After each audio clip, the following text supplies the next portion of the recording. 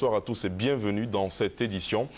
Tout d'abord, à la fin du séjour du président Alassane Ouattara en Allemagne, après sa visite d'amitié et de travail où il a rencontré à Berlin Angela Merkel, la chancelière allemande, le chef de l'État ivoirien regagne son pays. Cette rencontre entre le président ivoirien Alassane Ouattara et la chancelière allemande Angela Merkel a eu lieu au deuxième jour de la visite d'amitié et de travail en Allemagne du chef de l'État ivoirien. Au cours de cet échange, les deux personnalités ont évoqué les sujets relatifs à la réconciliation ivoirienne, à la coopération bilatérale entre Abidjan et Berlin et enfin les activités de la CEDEAO avec notamment le dossier malien. Le compte-rendu de notre envoyé spécial à Ouattara. Le président de la République, Alassane Ouattara, a entamé ce mercredi 16 janvier le volet officiel de sa visite en République fédérale d'Allemagne. Le chef de l'État a été reçu à la Bundeskanzleramt par la chancelière fédérale Angela Merkel.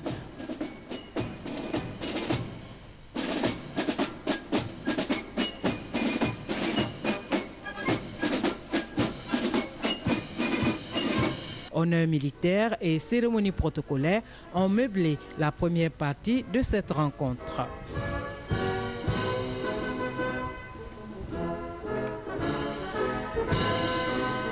Le président Alassane Ouattara et la chancelière Angela Merkel se sont par la suite retirés pour un entretien de plus d'une heure.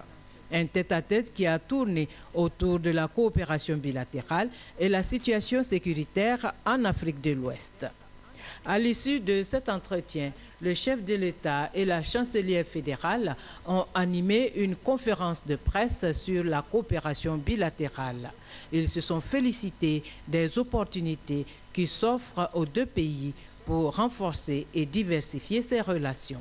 Je viens d'apprendre, c'est la première visite d'un président de la Côte d'Ivoire depuis 1967 en Allemagne. Il était grand temps, Monsieur le Président, que vous veniez, raison pour laquelle nous nous sommes mis d'accord pour ouvrir un nouveau chapitre de la coopération entre la Côte d'Ivoire et l'Allemagne. Étant donné les liens très étroits entre l'Allemagne et la France en Europe, il est très important que l'Allemagne ait également des relations étroites avec les pays qui sont des partenaires de longue date de la France. Et la Côte d'Ivoire, effectivement, a fait un très bon chemin ces derniers temps. Nous avons évoqué la situation bilatérale. Il y a une coopération avec notre ministère de l'Agriculture et de la Coopération. Nous souhaitons développer ce dossier, notamment en ce qui concerne les énergies renouvelables. Il est vrai que l'électricité pose encore problème en Côte d'Ivoire. On n'a pratiquement pas recours aux énergies renouvelables. Nous avons donc en matière d'électricité un grand besoin de renouveau et c'est pour l'Allemagne une nouvelle possibilité de coopération. Je me réjouis de cette opportunité. Nous avons eu un échange de vues sur la situation bilatérale, mais également, bien sûr, la situation régionale. Nous avons toujours eu présent à Abidjan l'ambassadeur d'Allemagne, ce qui montre à quel point les liens sont étroits et l'Allemagne et la France représentent des partenaires essentiels pour nous, Ivoiriens. Et je me réjouis que cette occasion nous ait permis d'approfondir cette coopération. Je vous ai parlé de la situation économique qui est bonne, qui s'améliore d'ailleurs, 8%, 8,6% de croissance l'année dernière, peut-être la même chose cette année. Et à partir de 2014-2015, une croissance à deux chiffres.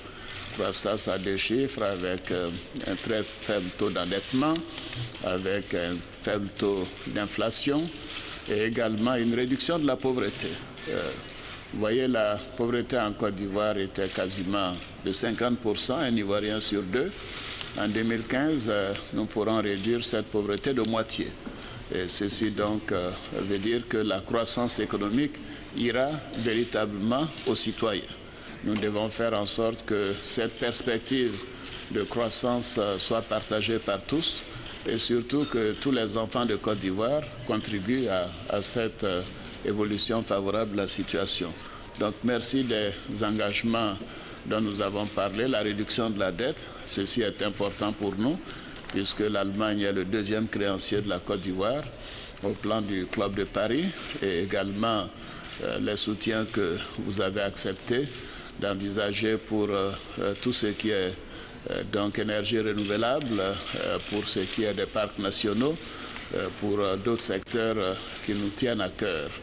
Nous considérons que le secteur privé allemand peut et doit jouer un rôle plus important en Côte d'Ivoire. La chancelière Angela Merkel et le président Alassane Ouattara se sont aussi penchés sur la situation au Mali. Madame la chancelière, pour parler du Mali, la situation au Mali a rapidement évolué. Moi, je voudrais profiter de cette visite pour saluer l'action du président Hollande et souhaiter que tous les Européens soutiennent cette action qui était urgente. Nous l'avons demandé au niveau de la CEDEAO.